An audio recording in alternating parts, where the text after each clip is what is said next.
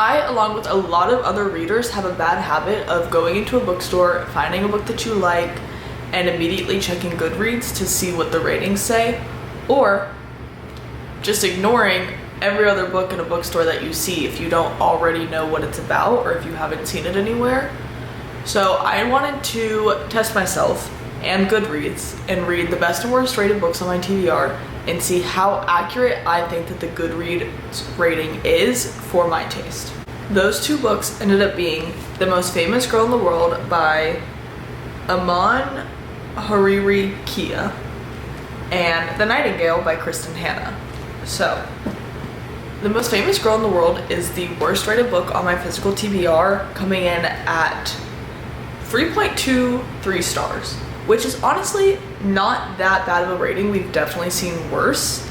However, it's not a great rating. Nobody's raving about this book. It sits right in the middle of like and dislike. And then we have The Nightingale, which comes in at 4.64 stars on Goodreads, that's good. That is a great score, especially for Goodreads, because people can be pretty harsh with their ratings. So anything above a 4-star is, I usually consider that pretty safe territory, that I'm also going to either enjoy a book or love a book, or just, I'm gonna rate it pretty well if it has over 4 stars. So when I first started reading, I decided to start with The Most Famous Girl in the World, since this was the lower rated book among the two.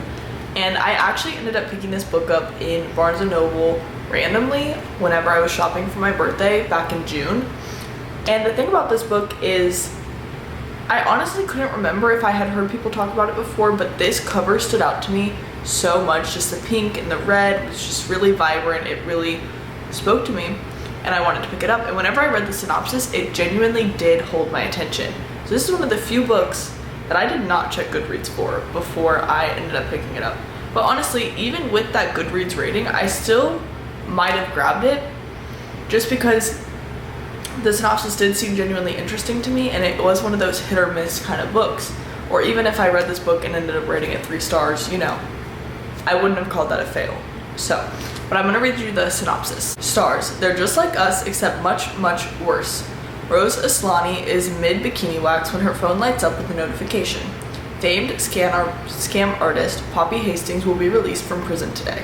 It's been 2 years since Rose, a first-generation Middle Eastern American, functional train wreck and reporter for the online journal The Shred, wrote the investigative article that exposed Poppy as a socialite grifter. Normally, one of her articles going viral would be cause for celebration, but the highly publicized trial that followed turned Poppy into the internet's favorite celebrity, and Rose has been reeling from the aftermath ever since. Although Poppy served her time for defrauding some of the richest, most powerful men in the world, Rose knows that this is only the tip of the iceberg for Poppy's crimes. She just can't prove it yet, at least not without the help of a devilishly handsome FBI agent gone rogue.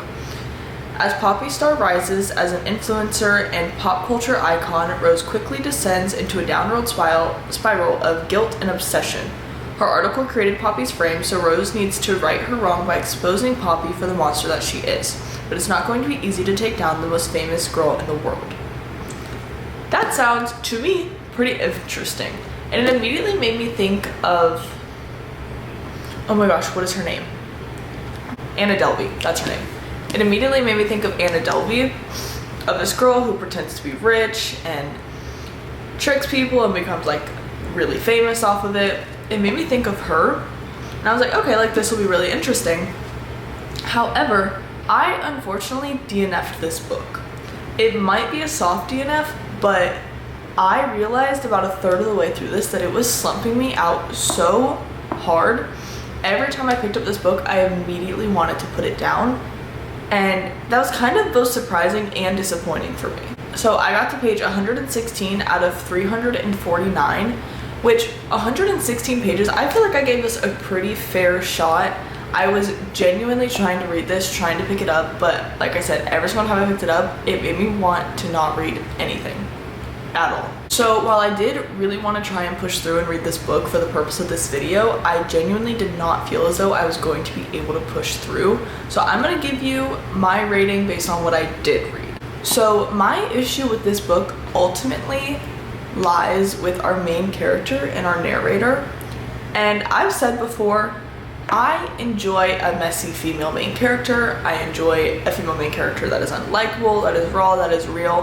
However, something about this girl or woman really got under my skin, and I could not stand to be in her point of view. So, what's her name? Rose. So, Rose, our main character, wrote an article 2 years ago exposing Poppy, right? And in the 2 years since then, she has basically just stayed obsessing over her. She's obsessed with this woman. Everything she does, she lives and breathes basically for the downfall of this woman, which again sounds like it would be interesting, but for some reason it's just not.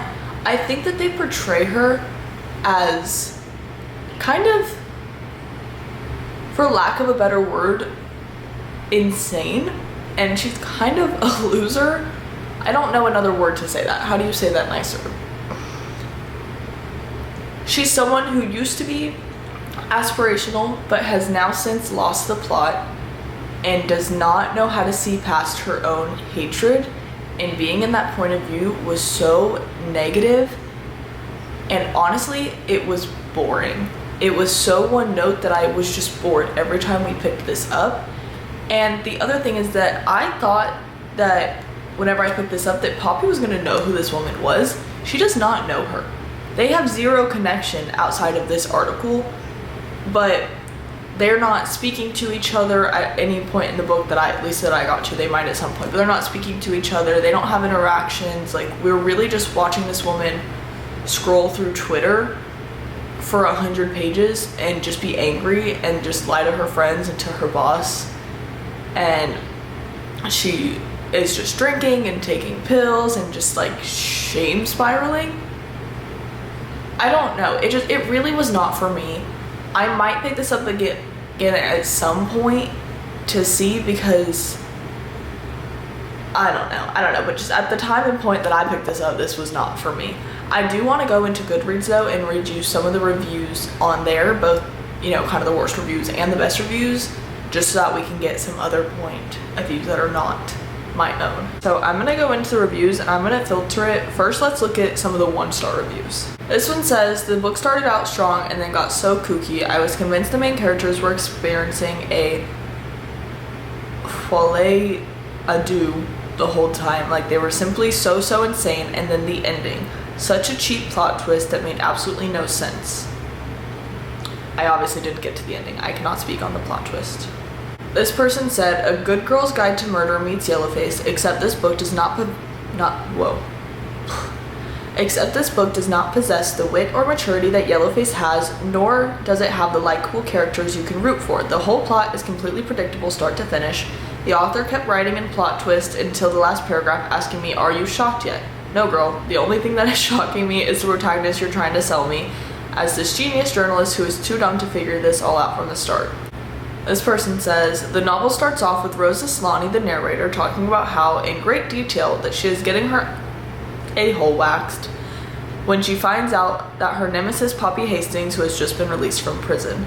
Now I know that there is a context warning before the novel starts, but rubbish of this nature takes place unceasingly throughout the book. I was going to go into the plot itself, but it's not worth my time or yours. Terrible characters, dialogue, stupid situations, an FBI agent that is a complete moron, constant filth, whatever possessed me to not DNF this book at page 177 like I was going to is beyond me. She talks here, rubbish of this nature takes place unceasingly throughout the book.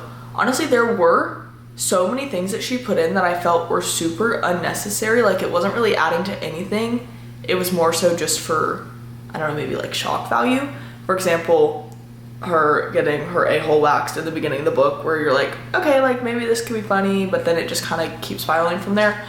Where it's like she walks into her apartment and both her roommate and her roommate's boyfriend are just butt naked and neither of them move to get dressed.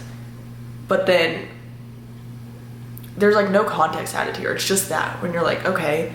Or she gets really angry and she's like spiraling, and then she like pees her pants and breaks her phone, which I don't know, I guess there's not no context there, but it's just things like that were happening pretty much every chapter where I was like, I am not rooting for you. In fact, I hope that you're wrong and that this case isn't what you thought it was at all, because you're just not a likable person, in my opinion. I don't know. Maybe some people like people who take Adderall and then pee their pants. I don't know. Now I'm gonna go into some of the good, just to get a different perspective. I'm not that interested in infamous celebrities, but I am definitely interested in Criminal Minds. Having watched Inventing Anna and then seeing Anna Delvey announced as a guest on Dancing with the Stars, I can't help but feel that the publication of the most famous girl in the world comes out at the perfect time. I'm gonna skip a little bit. She says, this book doesn't subscribe to a single genre, but mixes some of my favorite tropes in a satirical, campy read that does entertain but also explores some of the darker sides of popularity. The main character, Rose, is unhinged, obsessive, and really struggling with her own identity, vulnerability, and lack of sense of belonging. I loved her outlandish behavior as well as the extra colorful cast of supporting characters. Somebody liked it. Somebody liked Rose.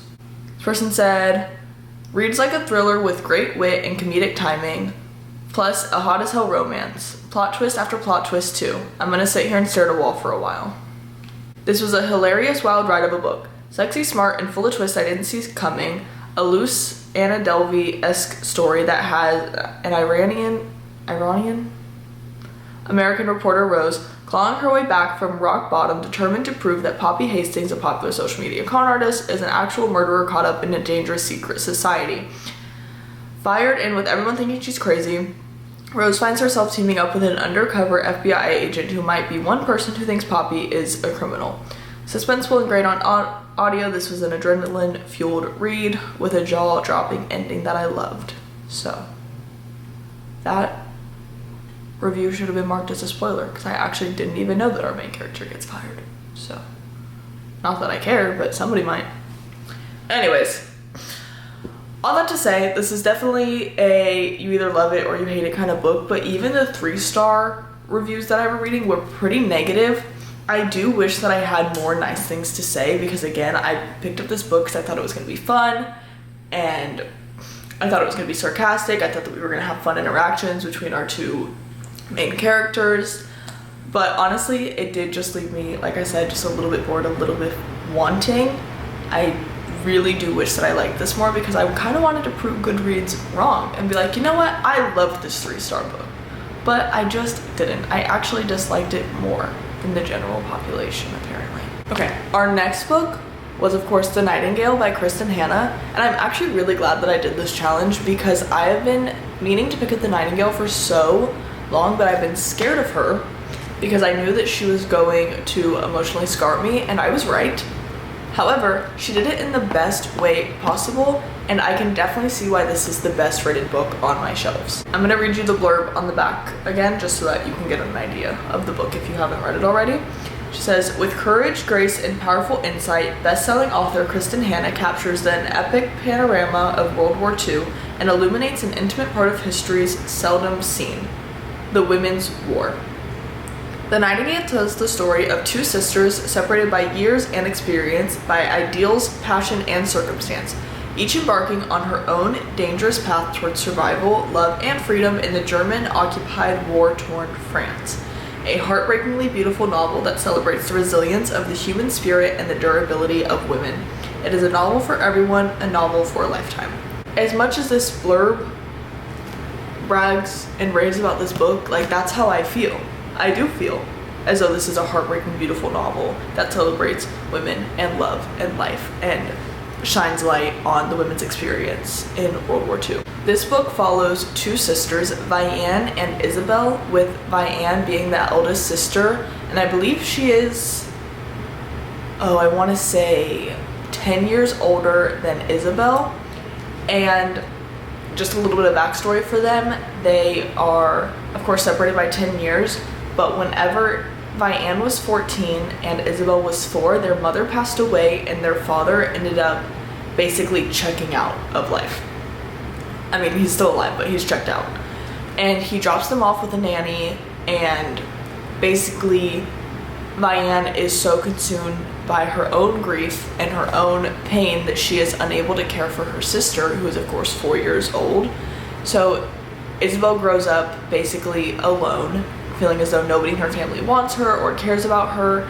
And Vianne, her way of dealing with the grief is just to create her own life. She finds a husband and a best friend, and she has a child, and she pretty much just ignores everything that happened in her past. Whereas Isabel's whole life purpose is driven by her trying to gain the approval of her father, and she's a very hot-headed, very kind of witty, doesn't care about the consequences kind of woman, and she is 18 at the beginning of this book. So the story basically follows the two of them as they are going through the start of World War World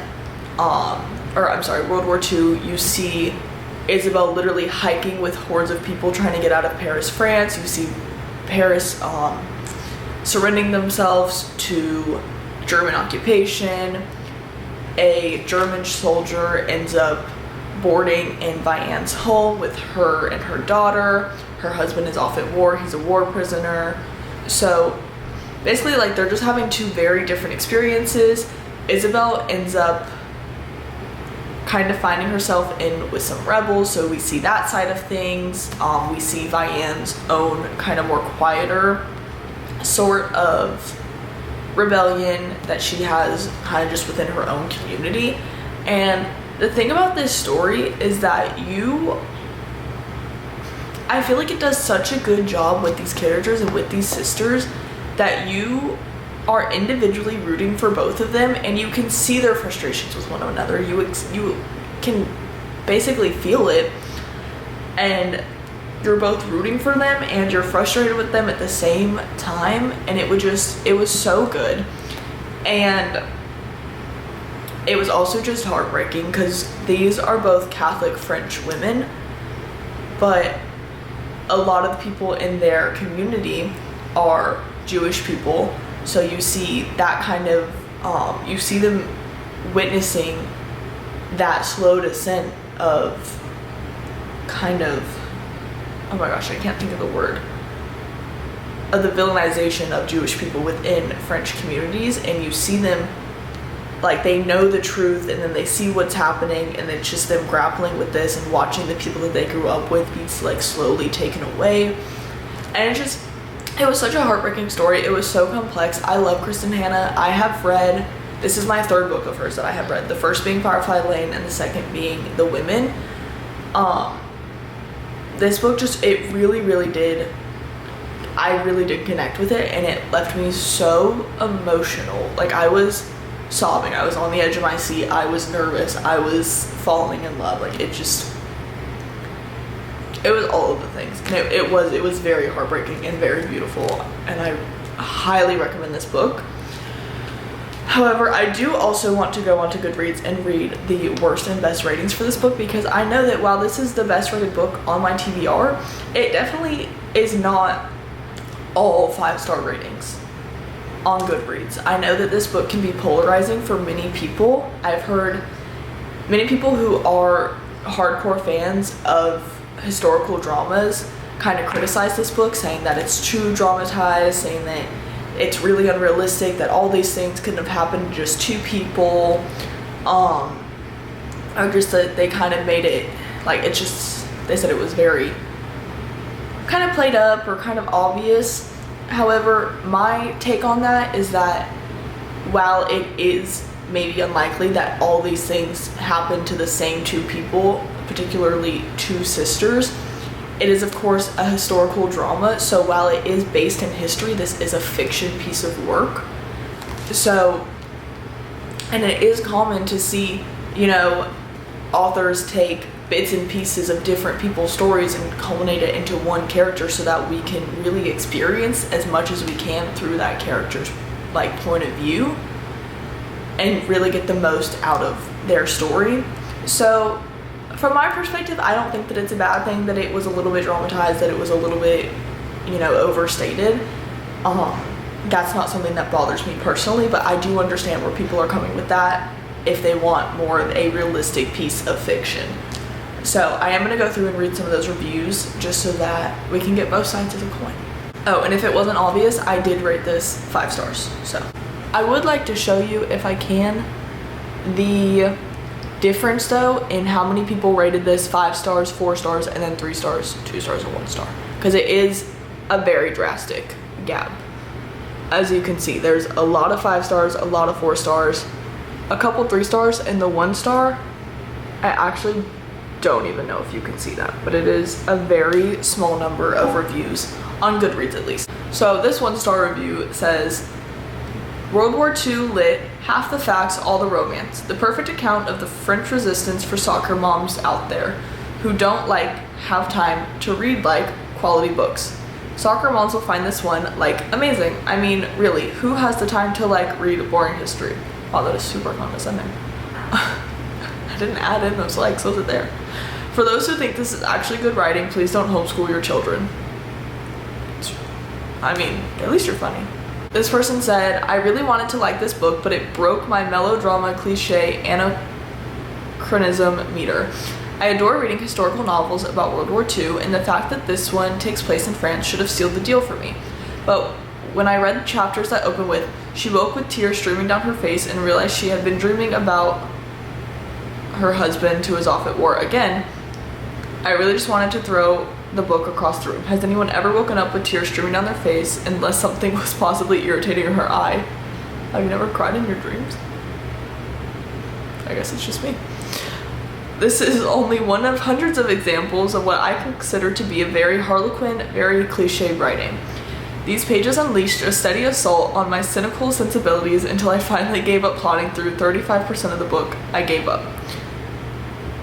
I feel more than a little bamboozled by Goodreads on this one. It has a 4.53 average rating by almost 60,000 readers. What is wrong with me? Life is too short and there are too many good books out there to stick with ones that make us cringe. I fear no World War II novel I will ever read will compare to Herman Wouk's masterpiece, The Winds of War.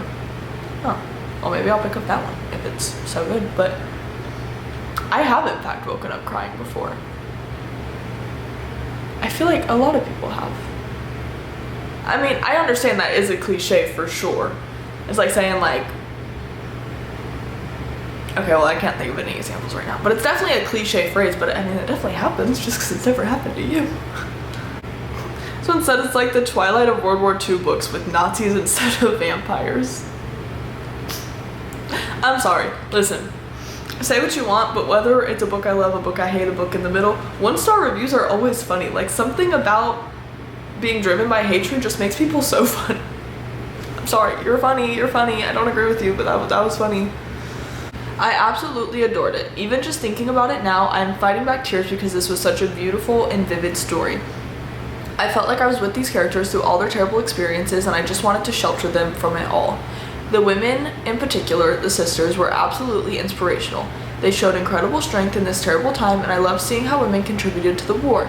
This was just a story that absolutely resonated with me. It has a special place in my heart, for it was truly beautiful. If you like World War II historical fiction, or even if you don't, I encourage you to try this book out. I agree with you. A lot of these reviews are just saying that they're crying and that they love the book and that they recommend it for forever, which again, I agree, but I don't think that I need to read that out loud. Clearly this was a World War II saga, but in my heart I felt this was a variety of love stories. Sure, there was romance, but I'm talking about love for a people, the love for a country, and the love for fighting for all that is good and right. It'll be a while before I pick up another emotional read because I don't know how I'll recover from this one. I agree with that. So yeah, that pretty much wraps up all my thoughts on these 2 books. Unfortunately, I do feel as though Goodreads was right. I feel like I keep saying Goodreads is right as if they're personally crafting all of these responses. This is a culmination of thousands of people's opinions. Of course it's gonna have some truth to it. However, I did kind of want to love this book. I really did. One, because I paid for it and I liked the cover, which I know is a superficial reason to want to like a book, but 2, I don't know, I wanted to come in here and be like, this is a 3-star book on Goodreads, but it's a 5-star book in my heart. But unfortunately, I do not feel that way. So this one, however, such as every Kristen Hanna book that I've ever read, will continue to stick with me for forever. And if you like really dramatic historical dramas, this is the book for you. Alrighty, y'all, I'm gonna go ahead and wrap this up here. I hope that you enjoyed this video, and I hope that you enjoyed this little challenge that we've done here. Hopefully my experience with this does not discourage you from picking up more low rated books on Goodreads. I promise you, I have found books on Goodreads that are relatively low rated that I genuinely enjoyed. This happened to be a fluke, to be honest, because I've DNF'd maybe 5 books in my whole entire life. Although that is more so because I've just now recently started to allow myself to DNF books, but that's a different point for a different time. I'm gonna go ahead and stop rambling now, but I hope y'all enjoyed this one, and I will see you next time. Bye.